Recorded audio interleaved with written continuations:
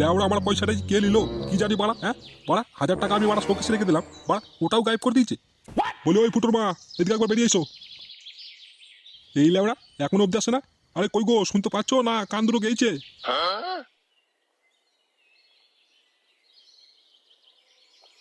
বলি হয়েছেটা কি? হ্যাঁ, এত সকাল সকাল চিচামিচি কিসের জন্য? লেওড়া হয়েছে বাড়া, হ্যাঁ? আমি যে শোকেসে 1000 টাকা রাখলাম ওটা কে নিল বলো দেখি তো বাড়া।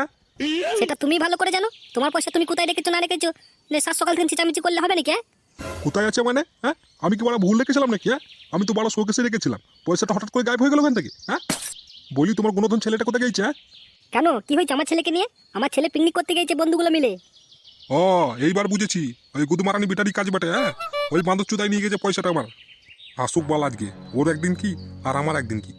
খবরদার, তোমাকে আমি বলে দিচ্ছি, আমার ছেলের গায়ে যদি একটু হাত পড়েছে না, তোমার হাত আমি ভেঙে কিন্তু আকাতে ভরে দেবো।